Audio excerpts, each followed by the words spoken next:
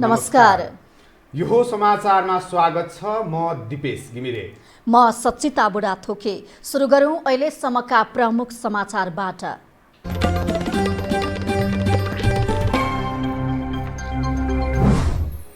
नेपालमा आज एकै दिन 10 जनालाई कोरोना संक्रमण, बाँकेमा 9 र पर्साका 1 जना संक्रमित।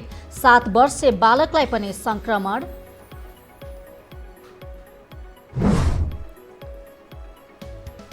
राष्ट्रपति भण्डारीद्वारा वैशाख 26 गतेका लागि बजेट अधिवेशन आह्वान। दूरी कायम गरी बैठक राख्न चुनौती रहेको सचिवालयको प्रतिक्रिया। बर्खे अधिवेशन नजिकिँदै गर्दा नयाँ आर्थिक वर्षको बजेट बहस चुलियो। आकार घटाउन र बढाउनु पर्ने विषयमा विज्ञबीच मतान्तर।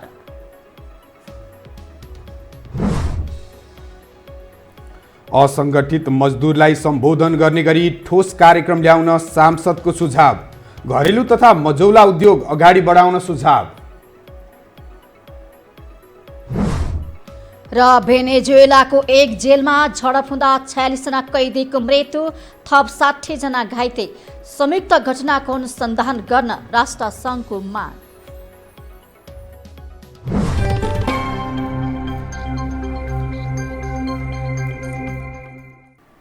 अब समाचार विस्तारमा।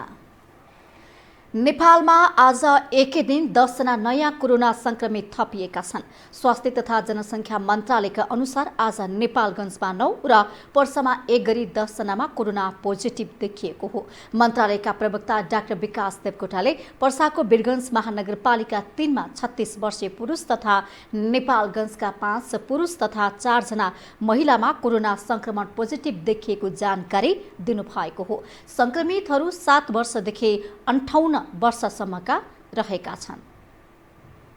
आज पर्सा जिल्लाका 36 वर्षीय पुरुषको स्वाब नमुना परीक्षण एनपीएचएलमा गर्दा पोजिटिभ देखिएको छ।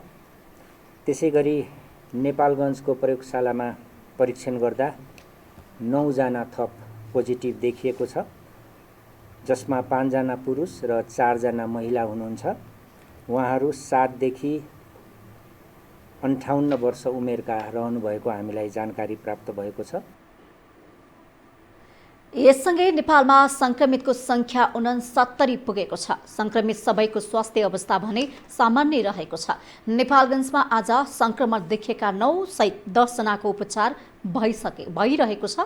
आजसम्म 13,414 पीसीआर र 49,688 वटा आरडीटी परीक्षण भएका छन्। अहिले देशभरिका क्वारेन्टाइनमा 21,951 जना रहेका छन्। सेभ द चिल्ड्रेनले कोरोना भाइरस रोकथाम तथा नियन्त्रणको लागि सरकारलाई विभिन्न स्वास्थ्य सामग्री उपलब्ध गराएको छ। सेभ द चिल्ड्रेनले आज स्वास्थ्य तथा जनसङ्ख्या मन्त्री भानुभक्त ढकाललाई 1,743 थान पिपी सहित N95 मास्क लगायतका स्वास्थ्य सामग्री उपलब्ध गराएको हो।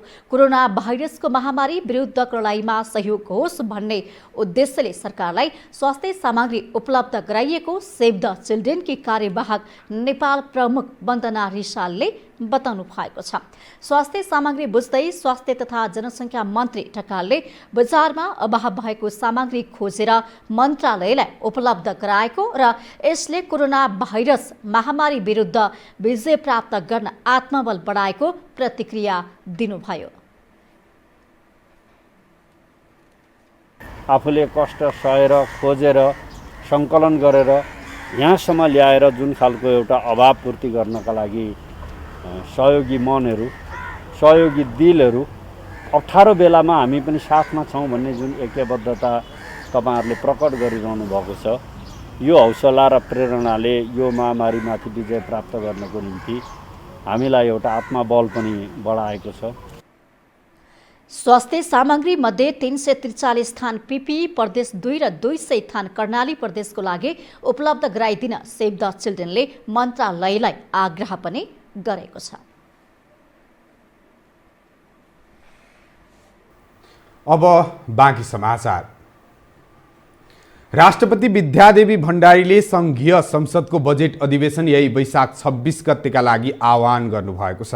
राष्ट्रपति भण्डारीले दुवै सदनको अधिवेशन वैशाख 26 गते शुक्रबार दिउँसो 4 बजेका लागि संसद अधिवेशनको आह्वान गर्नुभएको हो। आज बसेको मन्त्री परिषद बैठकले वैशाख 26 गते बजेट अधिवेशन बोलाउन राष्ट्रपति समक्ष सिफारिस गरेको थियो। राष्ट्रपति भण्डारीले दुवै सदनको अधिवेशन आह्वान सम्बन्धी पत्र आज नै संसद सचिवालयमा पठाउनु भएको छ।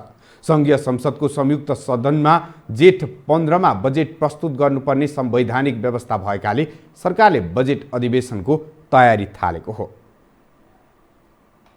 यसैबीच सरकारले संसदको आगामी अधिवेशन आह्वान गरे पनि संसदमा भने सिट संख्या नै अभाव हुने देखिएको छ। कोरोना भाइरसको विश्वव्यापी प्रभावबाट बच्न सामाजिक दूरी कायम गरेर बैठक सञ्चालन गर्दा सांसदहरूलाई बस्ने सिट नै अपुग हुने संघीय संसद सचिवालयले जनाएको छ। सरकारले यही वैशाख 26 गतेका लागि संघीय संसदको बजेट अधिवेशन आह्वान गरे पनि सामाजिक दूरी कायम गरेर सदन सञ्चालन गर्न सिट अपुग हुने भएको छ। कोरोना भाइरसको विश्वव्यापी प्रभावलाई मध्यनजर गरेर 2 सिट बीचको दूरी कायम गरेर सदन सञ्चालन गर्नुपर्ने बाध्यता आएपछि सिट व्यवस्थापन सचिवालयलाई निकै चुनौतीपूर्ण बनेको हो। संसदको आगामी नीति तथा कार्यक्रम र बजेट प्रस्तुत गर्दा दुवै सदनका सांसद एकै स्थानमा अट्नुपर्ने भएका कारण सिटको व्यवस्थापन कसरी गर्ने भन्नेमा सचिवालय अन्यग्रस्त देखिएको छ। 200 यदि 2टा सिट छोडेर जाने भने त्यो हलभित्र 209 जना सदस्यभन्दा अरू बढी अट्ने सम्भावना छैन। त्यसको लागि हामीले माथिको बाल्कनीलाई नै प्रयोग गर्नुपर्ने अवस्था हुन्छ। त्यहाँ गर्दा के हामीलाई समस्या हुन सक्छ भने कुनै सदस्य बोल्न चाहनुभयो भने हाम्रो कार्यव्यवस्थाको कर्मचारी र सदस्यको डिस्टेन्स धेरै टाढा हुन सक्ने, कर्मचारी ठ्याक्कै पहिचान गर्न नसक्ने, त्यहाँ उहाँले बोल्न चाहनुभएको सदस्यको लिस्ट त्यो जुन नाम हो हामीसँग आइपुग्न घुमाउरो बाटो छ त्यहाँ पुगेर आइपुग्न टाइम लाग्न सक्ने, रोस्टम प्रयोग गर्नुपर्ने अवस्थामा उहाँको सदस्य तल आएर रोस्टम प्रयोग गर्दा थुप्रै समय कन्ज्युम हुने, यो खालका टेक्निकल समस्याहरू छन्। तर हामीले संयुक्त सदनको हकमा चाहिँ यदि त्यस्तो अवस्था हो भनेदेखि दुवै तलको र माथिको बाल्कनी सहित प्रयोग गरेर नीति तथा कार्यक्रमको बैठकलाई र बजेट प्रस्तुत गर्दाको बैठकलाई चाहिँ हामी त्यसरी पनि व्यवस्था गर्न चाहिँ सक्छौँ। यदि अब यो चाहिँ हामीले छलफल गर्न हाम्रो पदाधिकारी जस्तो सम्माननीय सभामुख, सम्माननीय अध्यक्षज्यू, उपाध्यक्षज्यू लगायत महासचिव सचिवहरू सहित बसेर यो बारेमा छलफल गर्न बाँकी छ। अब यो कसरी निष्कर्षमा पुग्छ उहाँहरूको सचिवालयले मात्रै यो बारेमा निर्णय गर्न त नसक्ला, थोरै पदाधिकारीज्यूहरूले पनि केही हामीलाई निर्देशन दिनु होला यसरी गरौँ भनेर। तर हामी व्यवस्थित ढङ्गले गर्नका लागि पूर्व सचेत छौँ र हामी गर्न तयार छौँ। कोरोना भाइरसको जोखिमलाई मध्यनजर गर्दै स्वास्थ्य मन्त्रालयको विज्ञ टोलीले संसद भवनको अनुगमन गरी 2 कुर्सीबीच निश्चित दूरीमा सदन सञ्चालन गर्न सुझाव दिएको छ। आगामी नीति तथा कार्यक्रम र बजेट प्रस्तुत गर्दा सदस्यहरूले आफ्ना कुरा राख्नु नपर्ने भएकाले बाल्कनी र हलको प्रयोगले सदन सहज सञ्चालन गर्न सकिने देखिन्छ। तर बाल्कनीमा सांसदहरूलाई राखेर सदन सञ्चालन गर्न सकिने भए पनि उक्त स्थानबाट रोस्टममा बोल्न वा नाम टिपाउन असहज हुने सचिवालयको भनाइ छ। 300 करिब 28 जना जति सदस्यहरूलाई स्पेस चाहिन्छ। हामीले होमवर्क गर्दाखेरि 200 यदि 2टा सिट छोडेर जाने भने त्यो हलभित्र 209 जना सदस्यभन्दा अरू बढी अट्ने सम्भावना छैन। त्यसको लागि हामीले माथिको बाल्कनीलाई नै प्रयोग गर्नुपर्ने अवस्था हुन्छ। त्यहाँ गर्दा के हामीलाई समस्या हुन सक्छ भने कुनै सदस्य बोल्न चाहनुभयो भने हाम्रो कार्यव्यवस्थाको कर्मचारी र सदस्यको डिस्टेन्स धेरै टाढा हुन सक्ने, कर्मचारी ठ्याक्कै पहिचान गर्न नसक्ने, त्यहाँ उहाँले बोल्न चाहनुभएको सदस्यको लिस्ट त्यो जुन नाम हो हामीसँग आइपुग्न घुमाउरो बाटो छ त्यहाँ पुगेर आइपुग्न टाइम लाग्न सक्ने, रोस्टम प्रयोग गर्नुपर्ने अवस्थामा उहाँको सदस्य तल आएर रोस्टम प्रयोग गर्दा थुप्रै समय कन्ज्युम हुने, यो खालका टेक्निकल समस्याहरू छन्। यसैबीच सभामुख अग्निप्रसाद सापकोटाले आइतबार संक्रमणको सम्भावित जोखिम न्यूनीकरण गर्ने गरी बैठक सञ्चालन गर्ने विषयमा छलफल गरेका छन्। एकातिर जेठ 15 गते अनिवार्य बजेट ल्याउनु पर्ने संवैधानिक बाध्यता छ भने अर्कातिर प्री बजेट छलफल गर्नु पनि अत्यावश्यक छ। तर स्वास्थ्य सुरक्षा महत्त्वपूर्ण देखिएका कारण बस्ने सिटको व्यवस्थापन निकै चुनौतीपूर्ण देखिएको हो। आगामी वैशाख 26 गते आह्वान गरिएको सङ्घीय संसद सचिवालयको बजेट अधिवेशनको तयारी अन्तिम चरणमा पुगेको सङ्घीय संसद सचिवालयले जनाएको छ। कोरोना भाइरसको विश्वव्यापी प्रभावलाई मध्यनजर गरेर सामाजिक दूरी कायम गर्नेदेखि स्वास्थ्य सतर्कता समेत अपनाइएको उसको दाबी छ। यो टेलिभिजनका लागि क्यामेरामा डिबी मगरका साथ कान्ति नेउपाने, सिंहदरबार, काठमाडौँ। नेपालको संविधान अनुसार प्रत्येक वर्षको जेठ 15 गते संघीय संसदमा बजेट पेश गर्नुपर्छ। बजेट पेश गर्ने दिन नजिकिँदै गर्दा आगामी आर्थिक वर्ष 2077-78 को बजेट कस्तो हुनुपर्छ भन्ने चर्चा सुरु भएको छ। कतै स्वास्थ्य क्षेत्रको बजेट बढाउनु पर्ने चर्चा छ भने कतै समग्र बजेटको आकार नै घटाउनु पर्ने विश्लेषण हुँदै आएको छ। एक रिपोर्ट। कोरोना संक्रमणको त्रास र देशव्यापी रूपमा रहेको लकडाउन बीच सरकार आगामी आर्थिक वर्ष 2077-78 को बजेट निर्माणमा जुटेको छ। राष्ट्रिय योजना आयोगले पनि मन्त्रालयगत छलफल तीव्र पारेको छ। त्यस्तै राष्ट्रपति विद्यादेवी भण्डारीले वैशाख 26 गतेदेखि बजेट अधिवेशन आह्वान गरेकी छिन्। कोभिड-19 ले विशेष गरेर वैदेशिक तथा आन्तरिक रोजगारी, पर्यटन, होटल व्यवसाय, हवाई उड्डयन, यातायात आपूर्ति प्रणाली, उद्योग तथा कृषि क्षेत्रमा समेत गम्भीर असर पर्ने देखिएको छ। पूर्व अर्थमन्त्री डाक्टर रामशरण महत यिनै क्षेत्रलाई प्राथमिकतामा राखेर बजेट ल्याउनु पर्ने धारणा राख्छन्। बजेट चाहिँ नै एकदम ठुलो बनाएर चाहिँ अनावश्यक रूपमा राम्रोसँग होमवर्क नगरिकन त्यो चाहिँ इन्फ्लेटेड गराएर चाहिँ नि अनरियलिस्टिक हिसाबको बजेट हुनु पर्यो। बजेट इम्प्लिमेन्टेबल हुनु पर्यो। जहाँ जहाँ अनुमान गरिएको छ त्यो अनुमानलाई चाहिँ नि हामी कार्यान्वयन गर्न सक्ने, हासिल गर्न सक्ने, लक्ष्य हासिल गर्न सक्ने खालको हुनु पर्यो। पूर्व अर्थमन्त्री सुरेन्द्र पाण्डे भने प्राथमिकताका आधारमा बजेट विनियोजन गर्नुपर्ने तर्क गर्छन्। विदेशबाट रोजगार गुमाएर आएकाहरूको सिप र ज्ञान समेत प्रयोग गरी कृषि क्षेत्रको विकास गर्नुपर्ने उनको धारणा छ। मजदुरहरूको तलब दिन्छु भनेको छ तर त्यसमा पनि राम्रो काम भएन भनिरहेछन्। के स्थिति छ थाहा छैन। त्यो त प्राइभेट सेक्टरका मान्छेले घोषणाको कार्यान्वयन कति भएको छ भनेर हेर्नुपर्छ। घोषणा एउटा छ, कार्यान्वयन त्यो भएको या नभएको अर्को समस्या पनि होला। त्यस्तै योजना आयोगका पूर्व उपाध्यक्ष दिपेन्द्र बहादुर छेत्रीले गरिबी निवारणका लागि खोलिएका लघुवित्तहरूले बचत परिचालन गर्न पाउने व्यवस्था गर्नुपर्ने बताउँछन्। सीमित साधन रहेको अवस्थामा अधिकतम प्रतिफल प्राप्त गर्नका लागि बजेट तर्जुमा गर्नु अघि नै हस्तक्षेपकारी भूमिका आवश्यक रहेको उनको भनाइ छ। लघुवित्त संस्थाहरूलाई हामीले बचत परिचालन गर्ने कुरामा रोकेका छौँ, दिँदैनौँ। स्ट्रक्चरल परिवर्तन, प्राविधिक किसिमको चाहिँ परिवर्तन गरेर भए पनि लघुवित्तलाई स्ट्रेन्थेनिङ गर्न सकियो भनेदेखि त्यसले ठोस रूपमा चाहिँ वास्तवमा घर दैलोमा किसानहरूलाई सेवा दिन सक्छ। सरकारले 18 वटा आयोजनालाई गेम चेन्जरका रूपमा अघि सारेको छ भने 22 वटा राष्ट्रिय गौरवका आयोजनालाई पनि अघि सारेको छ। तर यसपटकको बजेटमा पूर्वाधार विकास भन्दा कोरोना भाइरस प्रभावित क्षेत्रलाई प्राथमिकतामा राख्न जरुरी देखिन्छ। संसदले आगामी बजेट साना तथा मझौला उद्योग र असंगठित क्षेत्रका मजदुरलाई सम्बोधन गर्ने गरी आउनुपर्नेमा जोड दिएका छन्। संसदको उद्योग तथा वाणिज्य र श्रम तथा उपभोक्ता हित समितिमा आज भएको छलफलमा सांसदहरूले कोरोनाको कारण साना उद्योग र असंगठित क्षेत्रका श्रमिक सङ्कटमा परेकाले आगामी बजेटमा सम्बोधन हुनुपर्ने बताएका हुन्। लकडाउनका कारण श्रमिकहरू सङ्कटमा परेको विदेशमा धेरैको रोजगारी गुम्ने खतरा रहेको अवस्थामा बजेटबाट ती समस्या सम्बोधन हुनुपर्ने सांसदहरूको माग छ।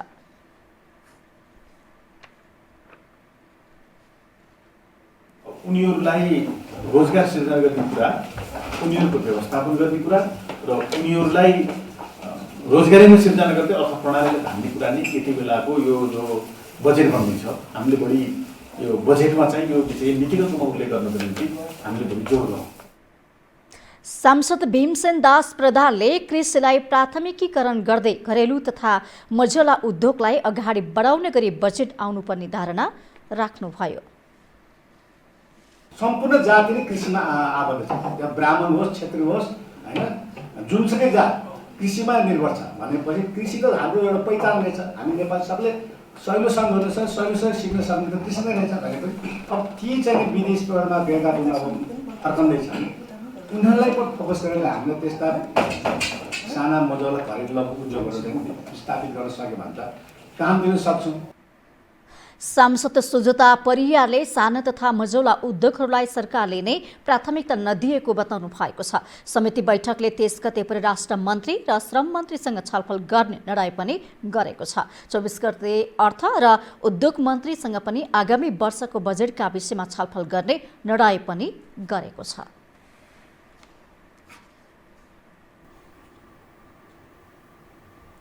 अब बाँकी समाचार। नेकपाका उपाध्यक्ष वामदेव गौतमलाई प्रतिनिधि सभा सदस्य बनाउन नेकपा तयार भएको छ। प्रधानमन्त्रीसम्म बनाउने आश्वासन सहित नेकपा सचिवालय कमिटीको निर्णयप्रति आम मानिसको असन्तुष्टि छ, तर गौतम भने पार्टीभित्र थप प्रभावशाली बन्दै गएका छन्। शनिबार साँझ बालुवाटारमा बसेको सत्तारूढ दल नेपाल कम्युनिस्ट पार्टी नेकपाको सचिवालय बैठकले पार्टीका उपाध्यक्ष वामदेव गौतमलाई प्रतिनिधि सभामा ल्याउने निर्णय गरेको छ। यससँगै नेकपाको घर झगडा तत्काल मत्थर भएको देखिन्छ। कतिपयले सांसद हुन नपाएको झोकमा नेकपाभित्र कलह मच्चाउने झगडाको बिउ नै गौतम भएको सम्म बताउन थालेका छन्। गएको प्रतिनिधि सभा निर्वाचनमा बर्दिया 1बाट निर्वाचनमा पराजय भोगेका गौतमको संसद छिर्न गरेको प्रयास यो पहिलो पटक भने होइन। विजयी सांसदलाई राजीनामा गराएर चुनाव लडेर सांसद बन्ने यसअघि 6 वटा प्रयासहरू विफल भएका छन्। अब कहाँको निर्वाचन क्षेत्र खाली गराइने हो त्यो पत्तो छैन, तर पार्टीभित्र गौतम निर्णायक बनेको विश्लेषण हुन थालेको छ। सचिवालय कमिटीमा अल्पमतमा रहेका प्रधानमन्त्री ओलीले गौतमलाई दिएको उधारो आश्वासनले तत्कालको दुर्घटना टारेका छन्। यद्यपि ओलीले पार्टीभित्र प्रचण्ड नेपाल र गौतम समीकरणलाई भत्काउन गौतमलाई प्रधानमन्त्रीसम्म बनाउन सक्ने विश्लेषण छ। संयुक्त अधिवेशन गर्यो भने 2/3 बहुमत हुन्छ उनीहरूको। त्यहाँबाट संविधान संशोधन गरेर बरु वामदेव ठिक छ, तर उनीहरूले प्रचण्डजीलाई ल्याउन दिँदैन। तिनीहरूले एउटा संशोधन गर्नुपर्ने भयो। अपर हाउसको मेम्बर भए पनि ल्याउनु हुने, त्यति गर्दै 2/3 गरिसकेपछि त ल्याउँछ तिनीहरूले। जे पनि गर्छ तर गलत। तर ओलीको उधारो आश्वासन गौतमका लागि अर्को राजनैतिक दुर्घटना हुने आशंका पनि उत्तिकै छ। कहिले ओली क्याम्प त कहिले प्रचण्ड क्याम्पमा रहेका गौतमको भरोसा टुट्दै गएका कारण निर्वाचनमा पार्टी भित्रैबाट धोका हुने विश्लेषक सुरेन्द्र भण्डारीको तर्क छ। सत्तासीन दललाई लोकतन्त्रप्रतिको कुनै आस्था नै छैन। अब अहिले उहाँलाई प्रतिनिधि सभामा खास गरी सुनिँदैछ पाल्पाबाट उहाँ उठ्ने, पाल्पामा कुनै सांसदलाई रेजिग्नेसन दिन लगाएर ल्याउने, होला कसैले राजीनामा दिनु होला। तर के वामदेवजीले चुनाव जित्नु होला? तर उहाँलाई त ओली घटकले पनि साथ दिँदैन, प्रचण्ड घटकले पनि साथ दिँदैन, माधव कुमार नेपाल घटकले पनि साथ दिँदैन। यद्यपि गौतम संसदमा नहुँदा राष्ट्रिय राजनीति अपुरो रहेको नेकपा अध्यक्ष पुष्पकमल दाहाल प्रचण्डले यसअघि पनि बताउँदै आएका छन्। उनलाई संसदमा लैजाँदा देशकै लागि हित हुने दाहालको भनाइ छ। उहाँले पार्लियामेन्टमा म गएँ भने बढी भूमिका खेल्न सक्छु भन्ने विश्वास पनि उहाँलाई कायमै रह्यो। त्यसकारण हामीले विभिन्न रूपमा चाहिँ उहाँलाई संसदमा ल्याउँदा राम्रै हुन्छ त भन्ने सोचेकै थियौँ। वामदेवजीको कुरो अहिले भर्खरको मात्रै कुरा होइन, धेरै पहिलेदेखि नै यो चर्चा भइरहेको, छलफल भइरहेको कुरो भएको हुनाले सबैको नै चाहिँ उहाँलाई लैजाउँ नै भन्ने थियो। स्वयं प्रधानमन्त्रीको पनि वामदेवजीलाई लान हुन्न भन्ने त कहीँ कतै मत आएको पनि होइन, छँदा पनि छैन। पटक पटक उपप्रधान सहित मन्त्री बनिसकेका गौतम नेकपा पार्टी एकता प्रक्रियामा पनि खटिएका नेता हुन्। त्यही पार्टी बहुमत प्राप्त शक्तिको रूपमा उदाउँदा समेत आफ्नो लागि संसद यात्राको ढोका बन्द भएपछि गौतम छटपटाहटमा छन्। यतिसम्म कि उनले आगामी निर्वाचन समेत कुर्न सकेका छैनन्। जबरजस्ती संसद प्रवेश गर्ने गौतमको हटले उनको जीवनकै राजनैतिक यात्रामा पूर्ण विराम लाग्नेतर्फ सचेत बन्न जरुरी छ। विक्रम श्रेष्ठ, काठमाडौँ। भेनेजुएलाको एक जेलमा झडप हुँदा 46 जना कैदीको मृत्यु भएको छ। भेनेजुएलाको पश्चिमी राज्य पोर्टुगुएसाको जेलमा शुक्रबार भएको यो झडपमा 60 जना घाइते भएका छन्। अधिकारवादी समूह र विपक्षी सांसदले यो घटनाको पुष्टि गरेका हुन्। भेनेजुएलाकी जेल मन्त्री आइरिस भरेलाले कैदीहरूले जेलबाट भाग्ने प्रयासपछि यो झडप भएको बताएकी छिन्। उनका अनुसार यो झडपको क्रममा जेलका निर्देशकलाई पनि गोली लागेको छ। भेनेजुएलाले कोरोना भाइरस नियन्त्रणको लागि कैदीलाई परिवारसँग भेट्न रोक लगाएको हो। यसैबीच संयुक्त राष्ट्र संघले यो घटनाको अनुसन्धानको माग गरेको छ। राष्ट्रसङ्घले जेलमा अत्याधिक भिड कम गर्न र आधारभूत अधिकारको प्रत्याभूति दिलाउन आग्रह गरेको हो।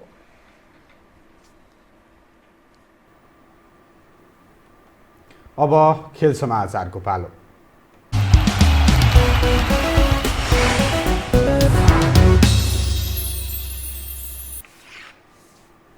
अमेरिकाको महिला फुटबल टोलीले पुरुष टोली सरह समान पारिश्रमिक पाउनुपर्ने माग गर्दै दायर गरेको मुद्दा अदालतले खारेज गरेको छ।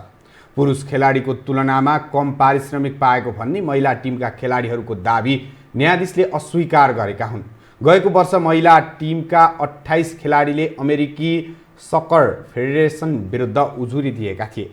समान पारिश्रमिक दिनुपर्ने कानुन अन्तर्गत उनीहरूले आफूहरूले $66 मिलियन क्षतिपूर्ति पाउनुपर्ने माग गरेका थिए। खेल समाचारसँगै हामी यो समाचारको अन्त्यमा आइपुगेका छौँ। जाँदा जाँदै मुख्य समाचार पुनः एकपटक।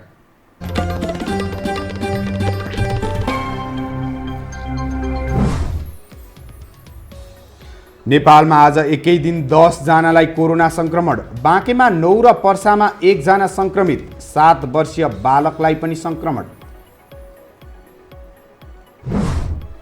राष्ट्रपति भण्डारीद्वारा वैशाख 26 गतेको लागि बजेट अधिवेशन आह्वान, दूरी कायम गरी बैठक राख्न चुनौती रहेको सचिवालयको प्रतिक्रिया।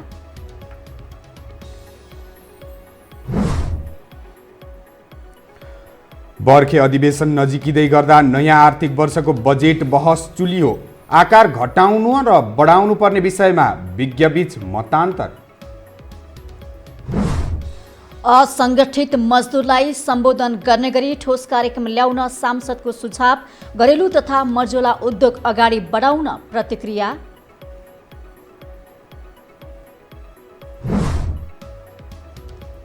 र भेनेजुएलाको एक जेलमा झडप हुँदा 46 जना कैदीको मृत्यु, थप 60 जना घाइते, संयुक्त घटनाको अनुसन्धान गर्न राष्ट्रसङ्घको माग।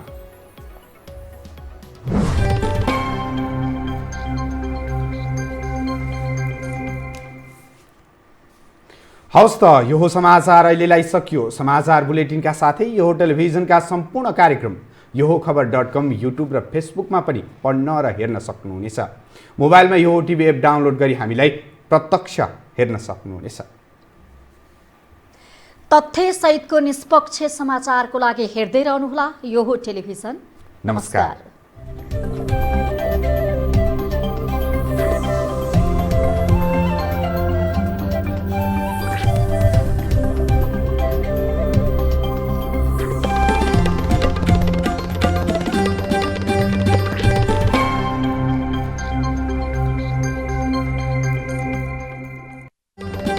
यो हो समाचारको साथमा बीएनबी हस्पिटल, स्वास्थ्य उपचारको क्षेत्रमा अग्रणी हस्पिटल, स्वास्थ्य स्तरमा वृद्धि, जीवनमा समृद्धि। Gwarku, Lalitpur. If you have any sort of health issues, do visit Norvik International Hospital, Thapa Thali.